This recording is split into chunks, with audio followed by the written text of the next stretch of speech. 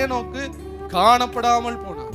நல்லா ஜெபம் பண்ணி ஆண்டரோட இருந்தா, ஃபேமிலியோட இருந்தா. 365 நாள், வருஷங்கிறது 365 நாளை குறிக்கிறது.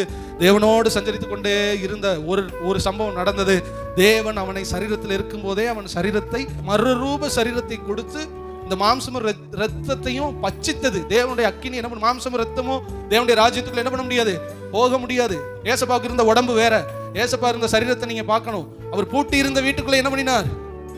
இதான் நமக்கு கொடுக்கப்பட போகிற மறுரூப சரீரம். ஏலோக்கு கொடுக்கப்பட்டுச்சு. எப்ப கொடுக்கப்பட்டுச்சு? அவன் தேவனோடு சஞ்சரித்து கொண்டிருக்கும் பொழுதே அவன் மறுரூபமானான். நீங்களும் நானும் பரலோகத்துக்கு போகணும்னா ஒரு சீக்ரெட் இருக்குது. தேவனோட சஞ்சரிக்கும். தேவனோட சஞ்சரிக்காமல் நம்ம பரலோகத்துக்கு என்ன பண்ண முடியாது? எல்லாருக்கும் பரலோகத்துக்கு போக ஆசை தானே. நிறைய பேர் இது பண்ணிடாதீங்க, ஆண்டவர் வந்தா இப்பயும் போயிடலாம் அப்படின்னு நம்ம நினைச்சுக்கிட்டு இருக்கோம். இப்ப போயிடலாம்னு சொல்றத இப்ப போக முடியுமான்னு என்ன பண்ணுங்க யோசிங்க. இப்ப போக முடியுமா? இந்த நிமிஷம் போக முடியுமா?